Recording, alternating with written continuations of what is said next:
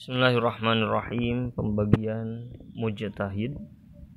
Di sini dalam kitab Nihayatuz Zain, Syekh Nawawi Banten menjelaskan bahwasanya mujtahid itu ada 3. Yang pertama yaitu al-mujtahidul mutlak. Mujtahid mutlak. Siapa mujtahid mutlak? Yaitu orang yang mampu untuk mengambil sebuah putusan hukum atau menghasilkan sebuah putusan hukum langsung dari sumber dalil Al-Quran dan hadis, juga ijma ulama. Itu adalah mujtahid mutlak.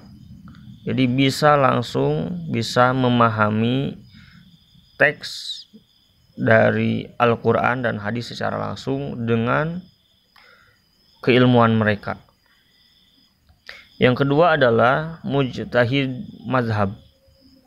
Mujtahid mazhab ini adalah orang yang mampu menghasilkan suatu putusan hukum tapi menggunakan kaidah-kaidah imamnya.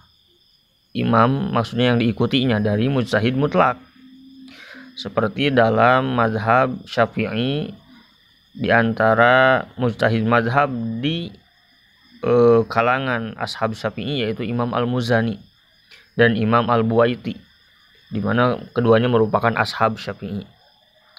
Mereka bisa membuat suatu putusan hukum secara langsung, tapi kaidah-kaidah yang digunakan itu kaidah yang sudah dibuat atau kaidah dari Imam Asy-Syafi'i. Selanjutnya yang ketiga adalah mujtahid fatwa. Mujtahid fatwa adalah mereka orang yang mampu mengunggulkan atau menganggap unggul sebagian dari pendapat imamnya atas sebagian yang lain. Jadi misal dalam mazhab Syafi'i, pendapat Imam Syafi'i sendiri itu ada pendapat yang lebih unggul dari pendapat yang lainnya. Terlebih di mazhab Syafi'i ada qaul qadim dan qaul jadid, pendapat yang terbaru dan pendapat yang lama. Nah, ada pendapat yang memang lebih diunggulkan dari pendapat yang lain. Orang yang berhak mengklasifikasikan mana pendapat yang lebih unggul dari pendapat yang lain adalah mujtahid fatwa. Di antara mujtahid fatwa yaitu Imam Nawawi.